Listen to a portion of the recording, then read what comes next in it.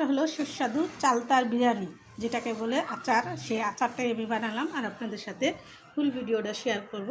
না টেনে চলুন দেখি।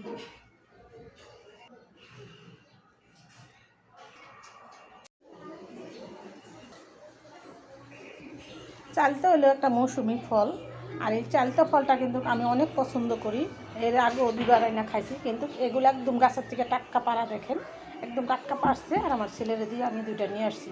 এখন কিন্তু এই চালতাটা একদম সস্তা আর সুলভ্য হিসাবে পাওয়া যায়। আপনারা যারা চালতা পছন্দ করেন তারা কিনে নিয়ে আসবেন। আর চালতা খাইলে মুখরুচি চলে আসে, আর জ্বর, শরীর ব্যথা, তারপরে যাদের ডায়রিয়া আছে তাদের জন্য এই চালতার আচার, চালতার শরবত, চালতার ঝোল রান্না করে খেলে কিন্তু দ্রুতই সুস্থ হওয়া যায়। আমি আপনাদের সাথে এটা শেয়ার করলাম। এরও আনবেন, এরকম করে চালতা এনে রান্না করে খাবেন। ঝোল রান্না করে খান, কি ভর্তা, কি আচার, যেটা মনে চায় সেটাই করে খেতে পারেন। তো আমি এটাতে কী রান্না করব সেটাও আপনাদের সাথে শেয়ার করব।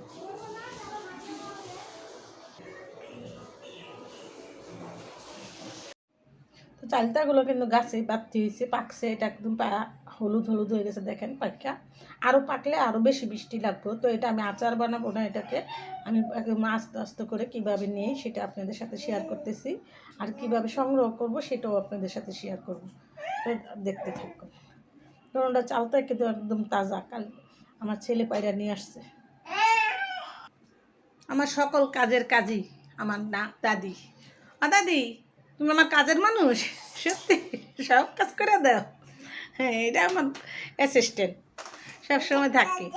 ক্যামেরা দেখলে একটু মুখটা কুচু কুচু করে, কিন্তু ওই আমার সাপোর্টার। আপু, তুমি আমার আপু লাগো, আমার দাদি লাগো, ওই তো পাপা। তাদের ঘরে এরকম দুষ্টু মিষ্টি নাতিন আছে, তাদের কোনো দুঃখ আছে? তাদের সুখ আর সুখ। আপনারা পানি কেমন খান দেখেন, ওই পানির জুসের ইয়া দিয়া পানি খেতেছে।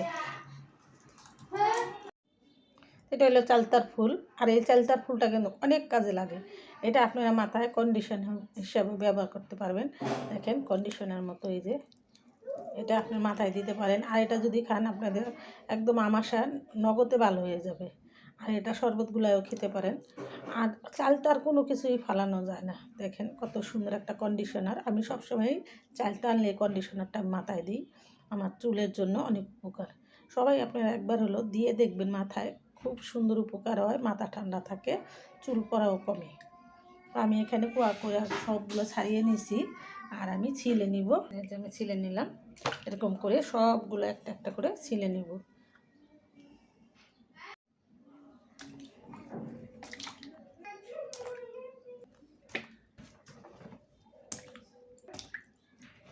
সবগুলো আমার এখানে ছিলা হয়ে গেছে, আমি ওখানে একটু পরিষ্কার করে ধুয়ে নিব। চালটা যখন পাকে, যে একটা গ্রান খুবই ভালো লাগে। অনেকের বলো মাথা ঘুরায়, মাথা ইয়া লাগে। তো আমার কাছে চালটা পাকা গ্রানটা অনেক ভালো লাগে। এরকম পাইকা যায়, একদম হলুদ হয়ে যায়, এত মিষ্টি লাগে, আবার ভালো লাগে।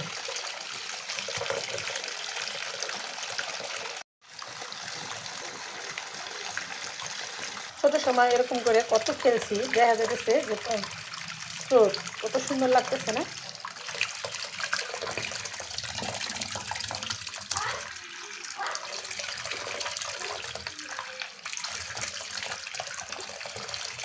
আমার চালটাগুলো এখানে ধোয়া হয়ে গেছে, আমি এখন নামিয়ে নেব, আর ধোবো না।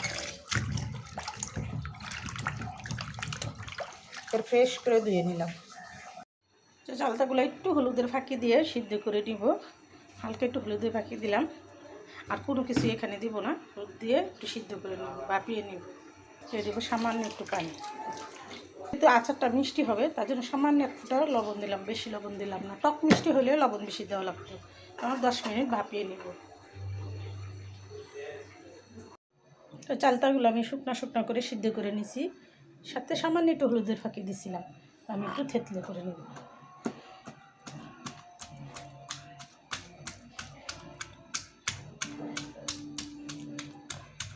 এরকম করে একটু থেতিয়ে দিলে খুব সুন্দর হয়। তো আস্তে আস্তেই থাকবে। দেখেন এটা আমি থেতে নিয়েছি, দেখেন আস্ত কত বড়, বিশাল বড় দেখা যাইতেছে, কিন্তু এটা বিশাল বড়, এটাও বিশাল বড় হবে। এরকম করে থেতলিয়ে নেব। তো আমি সবগুলো চালতা এরকম করে থেতলিয়ে নেব। ছোটো সময় আমরা চালতার বিরিয়ানি খাইছি, আপনারা কে কে খাইছেন জানি না। এটাকেই বলে চালতার বিরিয়ানি, এইভাবে থেতলিয়ে নিতে হয়। তা আমি দেখা যাচ্ছে একদম মুরগির মাংস ভাজা। তো এটা কিন্তু মুরগির মাংস না, এটা চালতার। তো এই চালতার আচারটা আমি কী করে বানাবো সম্পূর্ণটা আপনাদের সাথে শেয়ার করব, না টেনে চলুন দেখি।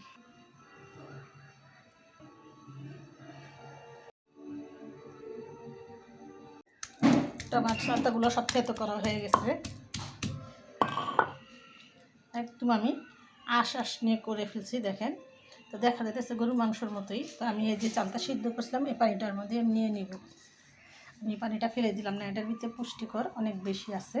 তো যারা এরকম চালতার বিরিয়ানি রান্না করে খেতে চান তারা আমার ভিডিওটা না টেনে দেখবেন আর এরকম রান্না করে খাবেন।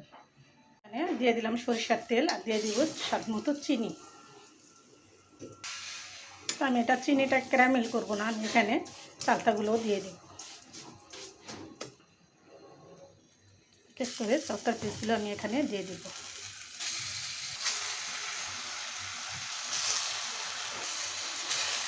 দিয়ে দিলাম, আর কোনো কিছুই দিব না, একটু ধনে জিরা গুঁড়ার ফাঁকি দিয়ে দিব। এই হয়ে যাবে আমার চালতার বিরিয়ানি। এখানে 1 চামচ ধনিয়া আর জিরার ফাঁকিটা দিয়ে দিলাম।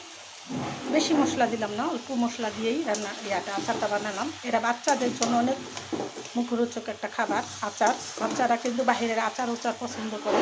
আপনাদের বাচ্চারা এরকম ঝাল ছাড়া চালতার বিরিয়ানি বলেন আর আচার বলেন, এটা বানিয়ে একবার হলো খাওয়াবেন। দেখতে যেমন লোভনীয়, খেতেও কিন্তু অসাধারণ। দেখেন কত সুন্দর হয়েছে দেখতে। হয়ে গেছে, আমি ওখানে নামিয়ে নিব।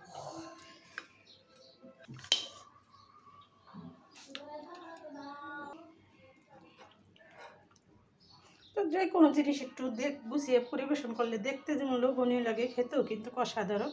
ভিডিওটা বড় না করে এখানে রেখে দিলাম।